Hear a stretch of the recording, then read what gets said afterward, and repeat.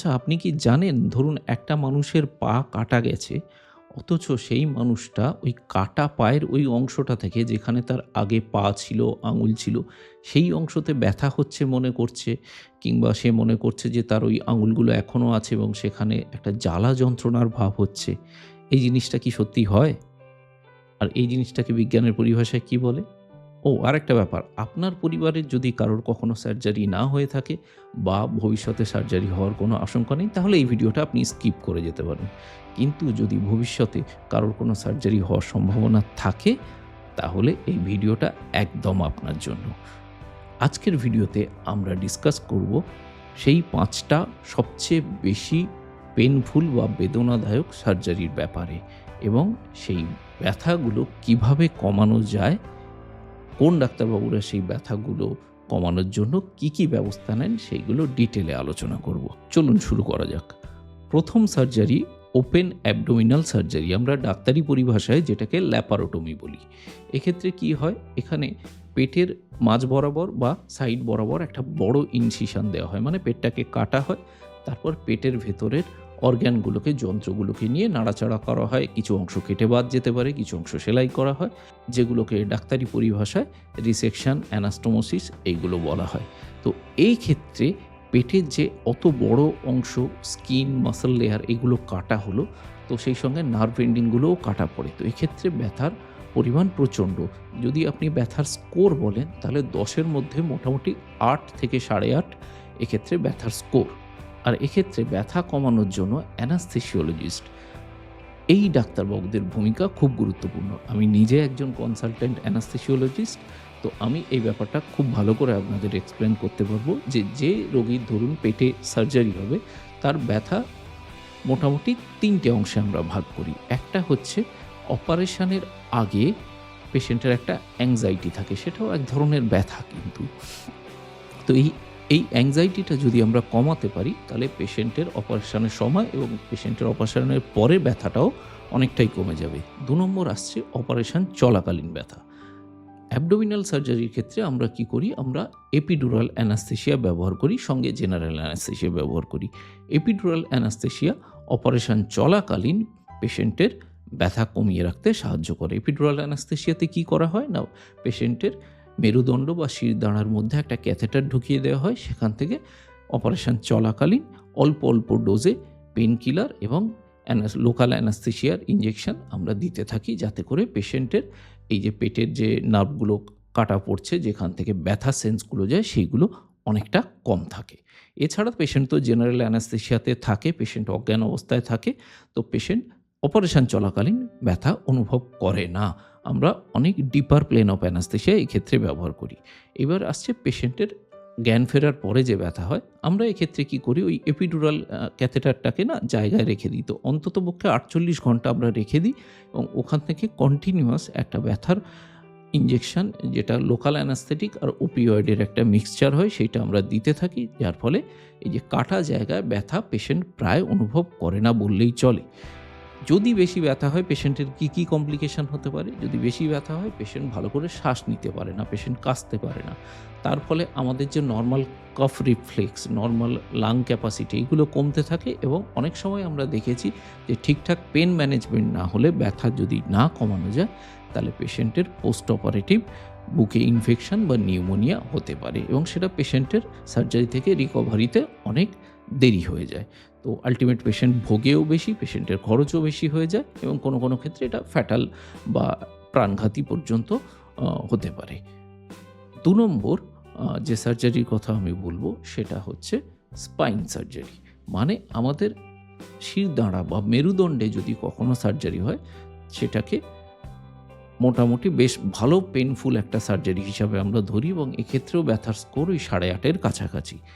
এক্ষেত্রে অসুবিধা হচ্ছে, আমরা কোনো রিজিওনাল অ্যানাস্থেসিয়া ব্যবহার করতে পারি না। রিজিওনাল মানে স্পাইনাল অ্যানাস্থেসিয়া বা এপিডুরাল অ্যানাস্থেসিয়া, যেটা আগেই বললাম যে শিরদাঁড়ার মধ্যে ক্যাথেটার ঢুকিয়ে আমরা ব্যথা কন্ট্রোল করার চেষ্টা করি, সেইটা তো এক্ষেত্রে করতে পারবো না, কারণ অপারেশনটা শিরদাঁড়াতেই হবে। তো এক্ষেত্রে আমাদের অস্ত্র হচ্ছে জেনারেল অ্যানাস্থেসিয়া। তো জেনারেল অ্যানাস্থেসিয়ার সঙ্গে সঙ্গে আমরা ব্যথা কমানোর জন্য পেশেন্টকে ইঞ্জেকশনের মাধ্যমে শিরার মধ্যে কিছু ধরনের পেনকিলার ইঞ্জেকশন দিই। সেটা ওপিওয়েড হতে পারে, মানে আর অন্য জাতীয় যেমন ধরুন প্যারাসিটামল বা ডাইক্লোফেনাক জাতীয় ইনজেকশনও হতে পারে। সাধারণত আমরা বিভিন্ন ধরনের ওষুধের কম্বিনেশন ব্যবহার করি একসঙ্গে, তাতে করে সাইড এফেক্টসগুলো আমরা কম দেখি। ৩ নম্বর যে সার্জারির কথা আমি বলবো সেটা হচ্ছে থোরাকোটমি। এটা মোটামুটি আপনারা ওপেন হার্ট সার্জারি হিসাবে যেটা শুনেছেন মোটামুটি সেইটার মতোই। মানে এক্ষেত্রে বুকের মাঝখান থেকে এই যে আমাদের বুকের খাঁচাটা আছে এটাকে লম্বালম্বি চিরে দেওয়া হয় একটা আ বা করাত টাইপের জিনিস দিয়ে। তো এক্ষেত্রে কি করা হয়? এক্ষেত্রে এই বুকের খাঁচাটা খোলার পরে হার্টের মধ্যে কোনো অপারেশন বা লাংসের মধ্যে কোনো অপারেশন, এবং এটা বুঝতেই পারছেন এক্সট্রিমলি পেইনফুল জিনিস। এক্ষেত্রে ব্যথার স্কোর মোটামুটি ৯ পর্যন্ত, ৯ বা ৯.৫ পর্যন্ত হতে পারে, এবং এক্ষেত্রে আমাদের অস্ত্র কি? আমাদের মানে অ্যানাস্থেসিওলজিস্টদের অস্ত্র ব্যথা কমানোর জন্য এক্ষেত্রে জেনারেল অ্যানাস্থেসিয়া তো আছেই, সঙ্গে আমরা থোরাসিক এপিডুরাল দিই। মানে থোরাসিক রিজিয়নে একটা এপিডুরাল ক্যাথেটার ঢুকিয়ে দিই, এবং অপারেশন চলাকালীন এবং বা অপারেশনের পরে আমরা পেইন কন্ট্রোল করি যাতে পেশেন্টের রিকভারিটা অনেক তাড়াতাড়ি হয়। ৪ নম্বর যে সার্জারির কথা আমি বলব সেটা হচ্ছে বার্ন ড্রেসিং। মানে ধরুন একটা পেশেন্ট যে কিনা আগুনে পুড়ে গেছে।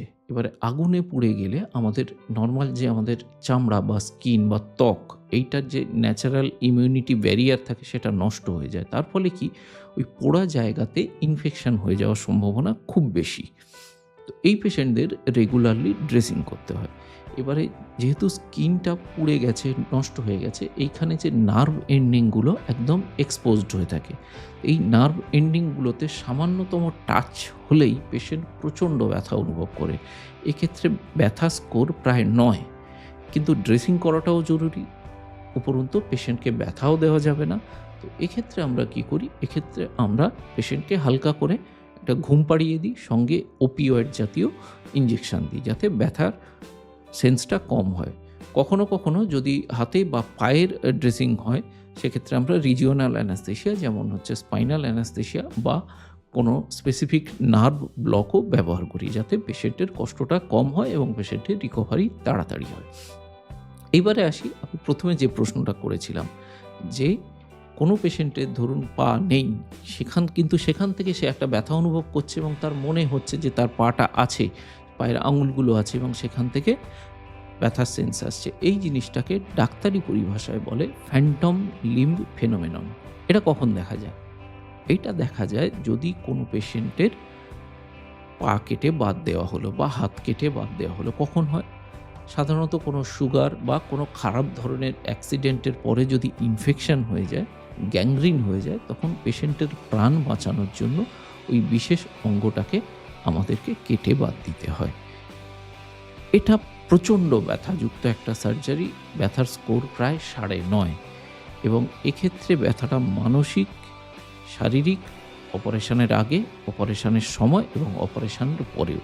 তো আমাদেরকে সব রকম ব্যথার জন্য এক্ষেত্রে প্রস্তুত থাকতে হয়। এক্ষেত্রে পেশেন্টকে অপারেশনের আগে একটা কাউন্সেলিং করানো হয় যাতে তার অ্যাংজাইটি, যাতে তার ব্যথার সেন্স এগুলো অনেকটা কমে যায়। পেশেন্ট অনেক নিশ্চিন্ত হয়ে পেশেন্ট নিজের ভালোর জন্য যাতে অপারেশনটা করাতে রাজি হতে পারে।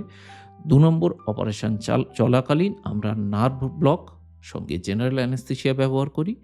প্লাস অপারেশন শেষ হওয়ার পরে আমরা ওপিওয়েড জাতীয় ওষুধ, নার্ভ ব্লক বা কখনো কখনো কিটামিন জাতীয় ওষুধও এক্সট্রিম পেনের ক্ষেত্রে স্বল্প মাত্রায় ব্যবহার করে আমরা থাকি, যাতে করে পেশেন্টের ব্যথার সেন্সটা অনেকটা কমে যায়। এইবারে আসি ফ্যান্টম লিম্ব ফেনোমেননের কথায়। ধরুন একটা পেশেন্টের কোনো একটা পা অ্যাম্পুট করতে হয়েছে। পেশেন্টের ভালোর জন্যই করতে হয়েছে। এইবারে ওই পেশেন্টের যে অংশটা আ কাটা পড়েছে বা অ্যাম্পুট করা হয়েছে সেইখানে নার্ভ এন্ডিংগুলোও এক্সপোজড হয়ে আছে। এবার ওই নার্ভ এন্ডিংগুলোতে যদি কোনো স্টিমুলেশন হয়, ব্রেন ওটাকে পারসিভ করে, ব্রেন বোঝে যে ওই নার্ভটা আসছে এক্সিস্টিং যেটা আগে ছিল যে পায়ের আঙুল থেকে। মানে ওই পাথওয়েতে যেখানেই আপনার ওই নার্ভটা স্টিমুলেটেড হবে ব্রেন বুঝবে ওটা পায়ের আঙুল থেকে আসছে। তো তাই ধরুন পেশেন্টের ধরুন গোড়ালিটা নেই বা বুড়ো আঙুলটা নেই, পাটা নেই, কিন্তু নার্ভ এন্ডিংটা যেহেতু স্টিমুলেটেড হচ্ছে, ওই এক্সপোজড নার্ভ এন্ডিং থেকে সিগন্যাল আসছে ব্রেনে যে ওইখানে ওই পাটা আছে বা হাতটা আছে। তো এইটাকে ডাক্তারি পরিভাষায় বলে ফ্যান্টম লিম্ব। মানে ফ্যান্টম মানে বুঝতে পারছেন ভূত, আর লিম্ব মানে হাত বা পা। তো যেটা নেই সেটা আছে, মানে এক্ষেত্রে ভুতুড়ে পা বা ভুতুড়ে হাতের ঘটনা, ফ্যান্টম লিম্ব ফেনোমেনন। এবং এই ব্যথাটা কিন্তু বেশ কষ্টকর হয়। এইটা কমানোর জন্য অনেক সময়ই পেশেন্টকে ব্যথার ওষুধ, নার্ভ ব্লক, সঙ্গে সঙ্গে কিছু সাইকিয়াট্রিক মেডিকেশন এবং সাইকিয়াট্রিক কাউন্সেলিংয়েরও দরকার হতে পারে।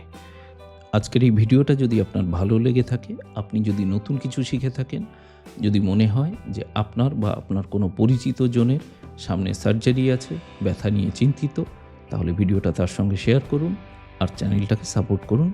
ততদিন সুস্থ থাকুন, হেলদি থাকুন। আর হ্যাঁ, পরের ভিডিওতে ওখানেই দেখা হচ্ছে আপনাদের সঙ্গে।